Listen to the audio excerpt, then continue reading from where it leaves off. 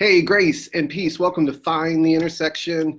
Hope you're doing good out there. My name is Paul Dezay, and today we're going to be talking about the Old Testament passage, which is Joshua chapter 5, verses 9 to 12. Joshua chapter 5, verses 9 to 12. So let's go ahead and dig in. The context is Joshua and the Israelites are into the promised land, but they have not yet completely taken everything over, but they're in.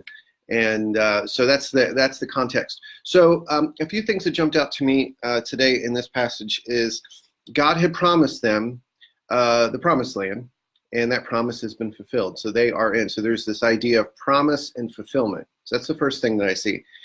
But it says that God rolled away the shame or the disgrace that went along to with their identity as being slaves. And so they now have a new identity. They have new food to eat. This is the first time they've had real food, and the manna no longer is their deal. And they have new rituals and a new life, right? So that's the first thing, is this idea of promise and fulfillment.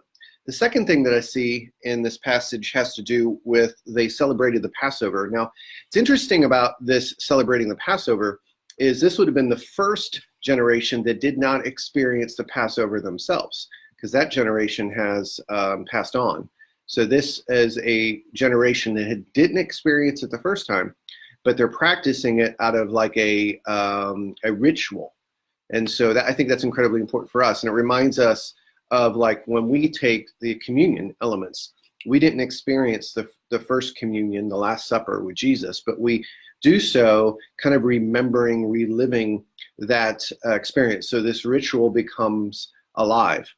And so I think that's incredibly powerful that the Passover was done as they move into the new land, helping their identity be found upon the one who saves them, God who saves. The third thing that I saw was this idea that there's no more manna.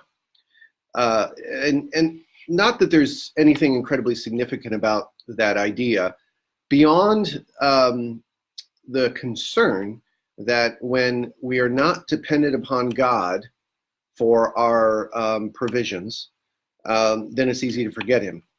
And if you take a look at the story of Israel, they get into the promised land, they're able to farm themselves, they no longer need the manna.